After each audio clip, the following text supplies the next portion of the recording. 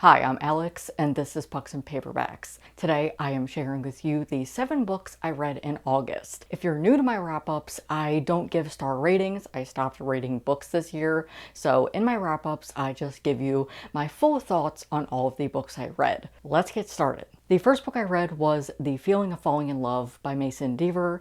This came out this month, and I was kindly sent a copy by Scholastic through Pride Book Tours. I'll have my Instagram post down below because I was a part of the Pride Book Tour for this book. I loved this book and I cannot wait to tell you more about it. The content warnings are on Mason's website, so I'll have a link down below. This is a YA queer romance following Neil, who is a trans guy, and Wyatt, who is his roommate. And this has a lot of talk about exploration of gender identity.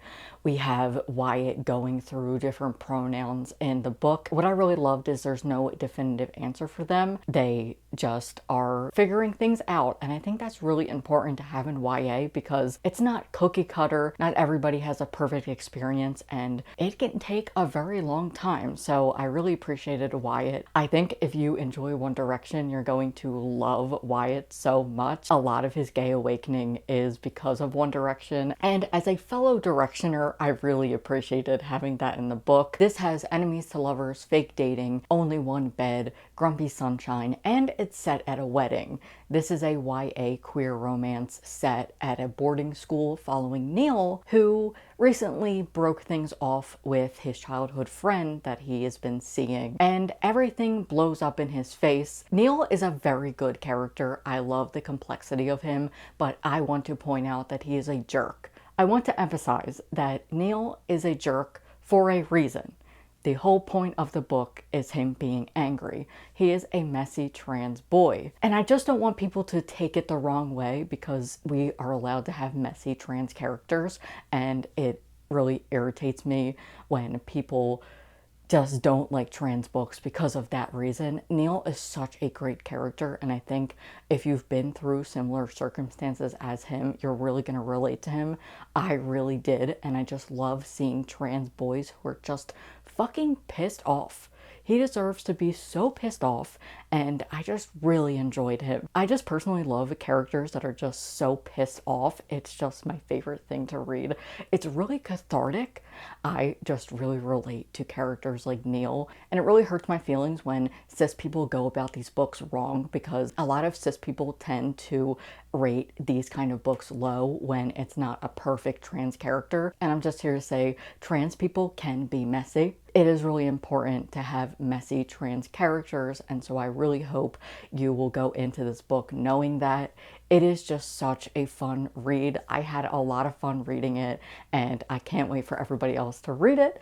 I loved it so much. Neil is medically transitioned. He has gotten top surgery, and he actually takes T patches over T shots, which I really appreciate. I really love trans rep that is not stereotypical, because not every trans person who medically transitions takes shots. There are so many different ways that you can get testosterone, and so I really appreciated seeing that Neil takes T patches.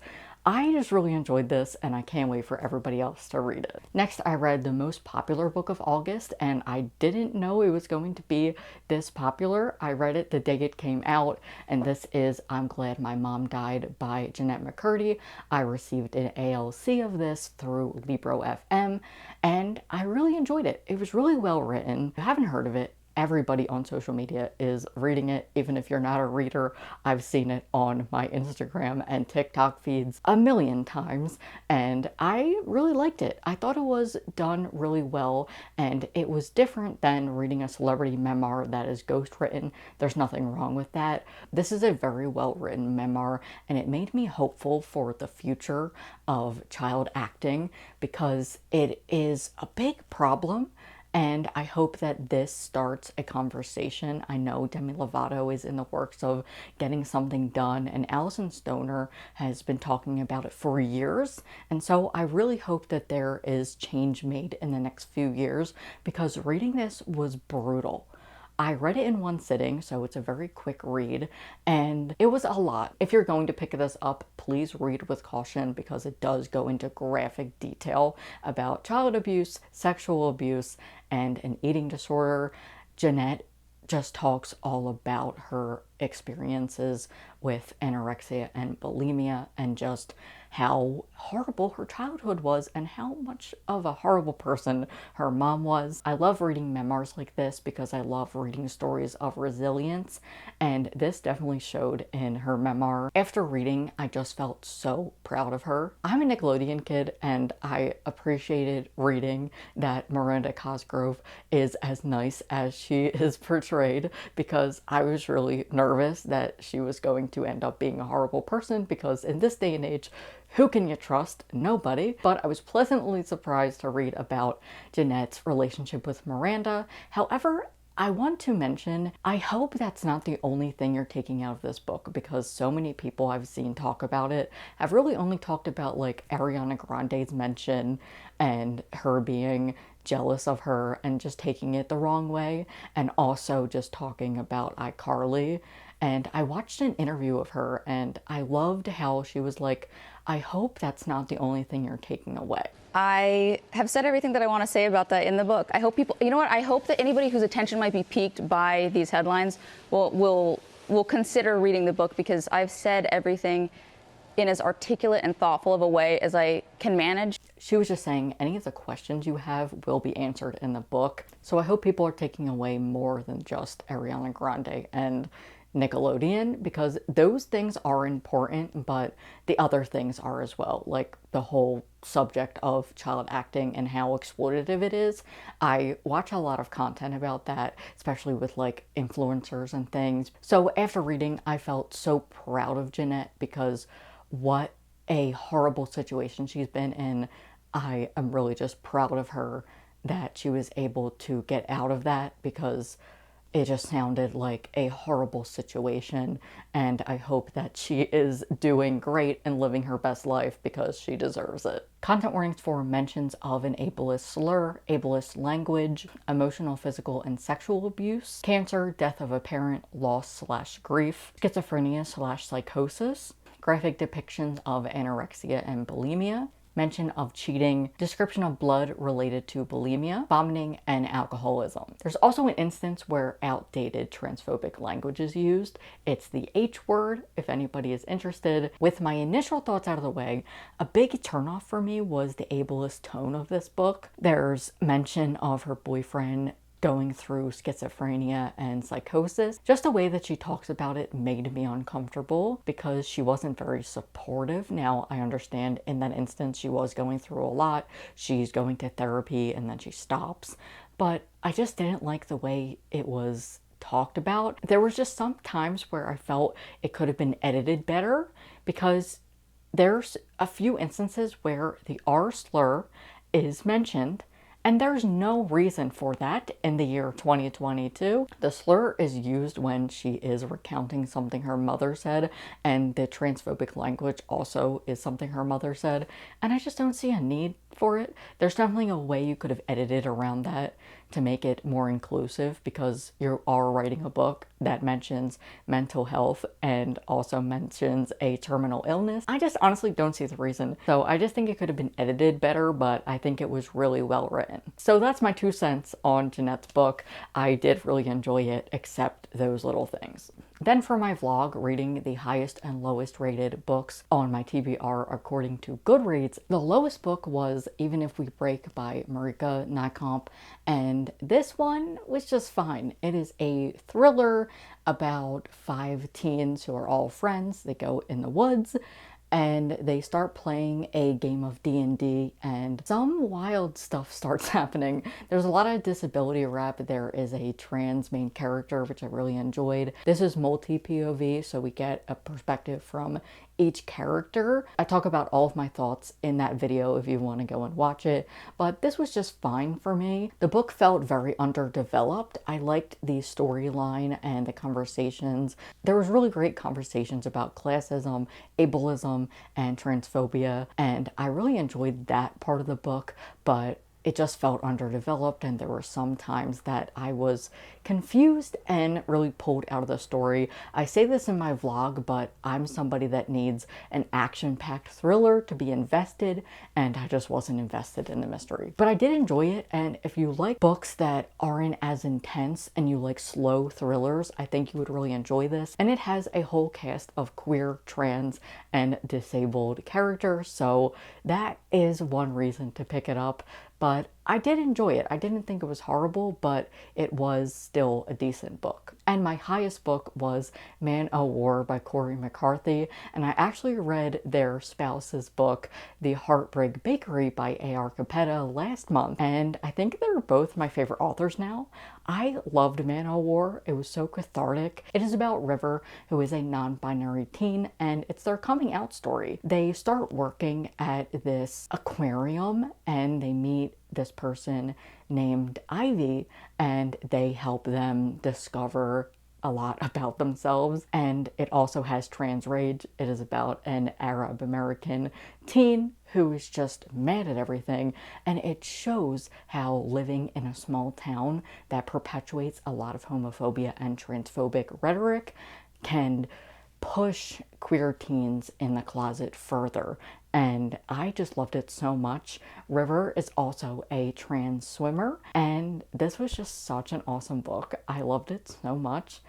I felt so great after reading it, and I just need all of the books about trans rage that I can get because they're awesome and I'm loving them so much. Content warnings for mention of COVID/pandemic towards the end, transphobia, internalized transphobia, depictions of gender dysphoria, mention of top surgery and a scene at the hospital, homophobia, racism, self-harm, unaccepting parent, underage drinking, and alcohol. I received a digital ARC from Penguin Teen. Next, I've been going through my pile of picture books I got out from the library, and I read 2 this month, including The Cookie Maker by Sue Lawson and Liz and Nellie. And basically, this is set in the UK. It is about a cookie maker who makes cookies for every event in town, but he is anonymous. Nobody knows who he is until this young boy meets him and is the only person in town to know who the cookie maker is. And one week, the cookies stop appearing, and so everybody in town goes to find out what happened. They find out that the cookie maker has fallen ill, and the community rallies, and they nurse him back to health, and they just help him out with the cookies and everything. And it was a really sweet book. I liked the message of community, but I've just felt neutral about it. I didn't love it, but I would definitely recommend it to younger kids. I think kids will really enjoy this. I just thought it was fine. I liked the illustrations, and I liked the whole premise of a cookie maker, and it was cool, but it was just fine. Then I read Bodies Are Cool by Tyler Fetter. I read her graphic memoir last year, Dancing at the Pity Party, and I really enjoyed it. It made me sob, but I really enjoyed it. And so I was excited to pick this up, especially because I've been seeing it all around Picture Bookstagram. It is a body positive and inclusive book, which I appreciated. There's also inclusion of a trans character who has top surgery scars, and I really enjoyed that. There's also a lot of physical disability rep, which was nice, and I do think it's very inclusive, but as a white trans man, I don't feel like I'm the right person to review this, so I will just say I liked it. It was fine, and that's it. I was really hoping that there would be a trans character, but it doesn't happen until like the very end of the book, because I was like, if we're gonna have all bodies, I want to see a trans character who has medically transitioned, which was nice. I'll try and leave some reviews down below from BIPOC creators and their thoughts on this book. And last is a book that I've been waiting to talk about. If you follow me on Instagram, I've been talking about this book. I also talked about it a little bit in my book haul. And this is Beach Read by Emily Henry. I am going to rant about this book. I wrote a script just so I don't go off the wall, because I might. Now, I hybrid read this. I read the first half on audio and I read the rest physically. That was only because my audiobook expired and I couldn't renew it. Content warnings for graphic depictions of child abuse and physical abuse, mention of cults and detailed depictions of cult life, mention of car accident death, death of a parent, infidelity, cancer, and some ableist language. Some of the word choices were very questionable, but it was well written. I will give her that. She really had me in the first half, but the second and third half was where I was just kind of falling out of love with it because it felt just all over the place. There was just too much. I wish it would have been edited down to not have so many plot lines because I was just confused. When I was trying to write up what this was about, I honestly was like, I don't know. We have a brooding male protagonist, which from this video you can tell, I love that. I love a dark story when it's pitched to me, but this one wasn't so. So this is following two writers, January Andrews, who writes romance, and Gus Everett, who writes dark literary fiction, which I'm here for. And he is a very dark and mysterious character. He's brooding, and this book is very much about the trauma they're going through. After her father's death, January finds out that he was seeing another woman and had a second life. And so she is going to his lake house for the summer on Lake Michigan, and she is trying to sell the house and also try to sell a book because she hasn't written books in a while and her bank account is almost to zero. Her perception of love is now tarnished and it is harder for her to write a romance book. And so she meets up with Gus. They don't like each other. Well, she hates him. He doesn't care. She just decides that she doesn't like him for some reason because she overthinks things and she just basically read into some things that happened in college. This was a realistic book because these characters are in their late 20s. January, I believe, was 29. So they end up having a bet where Gus has to write a romance book, she has to write a literary fiction book. And they end up visiting a cult. They talk about cults. There's a lot of talk about cults. And so, I want to say, I was not pitched this book correctly on the internet. This book is talked about being fluffy. It has 3 instances where Gus is talking about his life and trauma and how he went through physical and child abuse. There's 3 times where there's graphic depictions of that, and not until I started reading reviews after I read the book, I saw people saying it's a dark book. So why is nobody saying that? You need to be pitching this book saying it's a dark book. It is not a light and fluffy book. It is about 2 characters who are going through traumatic things in their lives. I feel like in every wrap up this year, I've just been talking about why do heavy books not have trigger warnings? It is just so mind-boggling to me how in the year 2022, a heavy book like this does not have a content warning as like a chapter header.